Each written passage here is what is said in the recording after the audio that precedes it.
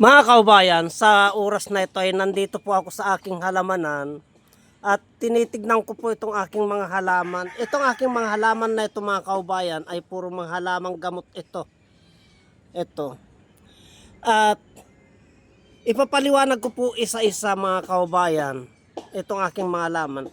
Ito yung tinatawag na katakataka. Itong katakataka na ito ay marami tayong benepisyong nakukuha dito bilang panglunas sa karamdaman.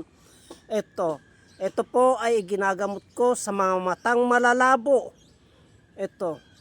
At ito rin po ay ginagamot ko sa mga pigsa, yung mga namamagang katawan, masakit na katawan at ipin. Yan po. Ito po ang katakataka mga kaubayan. At ito naman po ang tinatawag na chichirika. Itong chichirika na ito ay may apat na klase. Isa na po ito. Itong isang klase na ito, pink.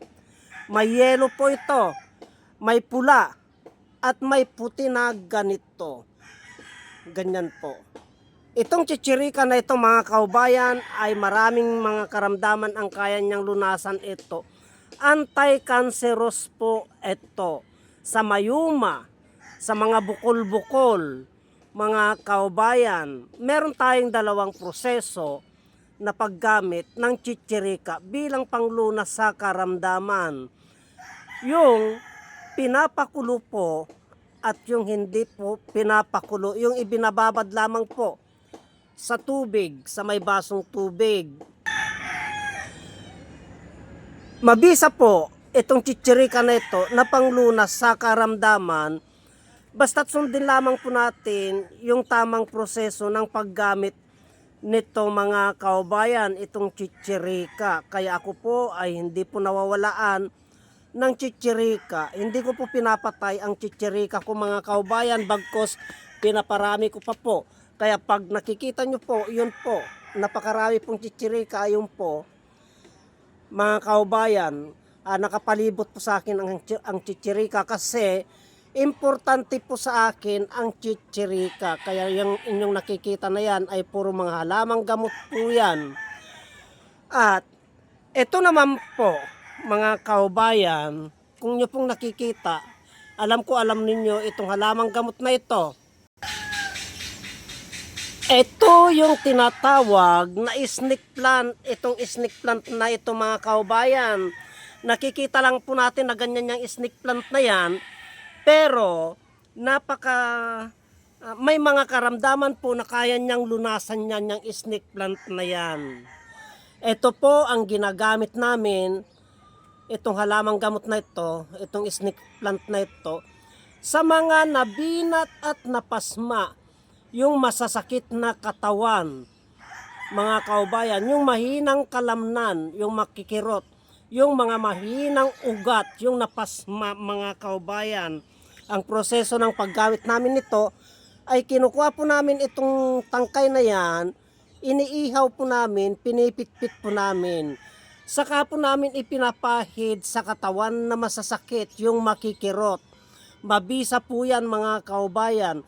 At maliban dyan, ay iniinggan nyo ko kayong magtanim ng snake plant kasi itong snake plant ay sumasagap po ng mga masamang energy. Ito yung mga nagbibigay ng karamdaman, sumasagap po ito mga kaubayan. At lalong-lalo na po, pag itong snake plant ay nakita nyo pong namulaklak na ganyan, ay nagbibigay po ng swerte yan. Tignan po ninyo yung kanyang bulaklak mga kaubayan. Yan po ang bulaklak ng snake plant. Kaya pag nagtanim po kayo ng snake plant, ay nagbibigay po ng swerte yan. Yan po. Mga kaubayan, huwag nyo pong baliwalain ang kakayahan ng snake plant na yan, na kaya ko po itinatago kaya ko po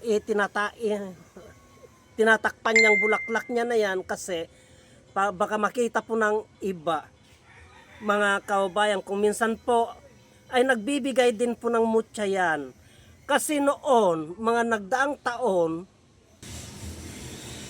ay nakakuha na po ako ng mutya ng snake plant doon po sa may ugat niya, dyan po sa may ugat niya, nagbigay po sa akin ng kristal yan. At yun po ay matagal kong nagamit mga kaubayan. Kaya kung may snake plant po kayo, alagaan nyo po yan. Kasi nagbibigay, marami tayong mga nakukuhang mga magagandang energy sa snake plant mga kaubayan at pampaswerte yan bukod sa panggamot sa mga karamdaman. At ito naman po, medyo malaki-laki na mga kaubayan.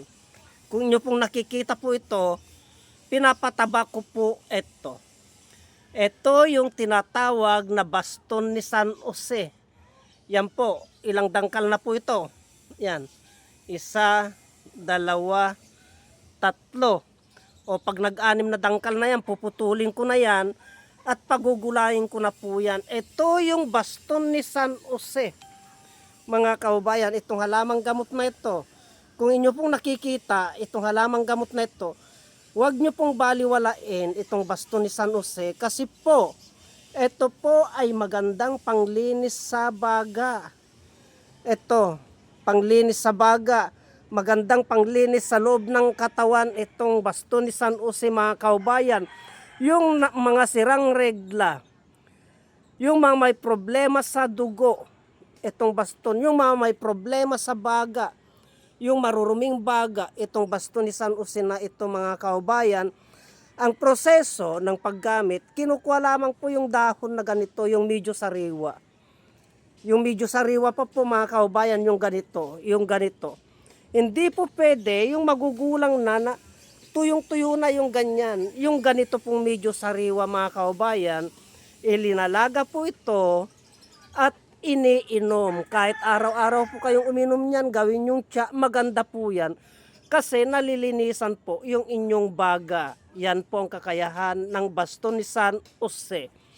Mga kaubayan, hanggang dito na lamang po ang videos na ito at marami pong salamat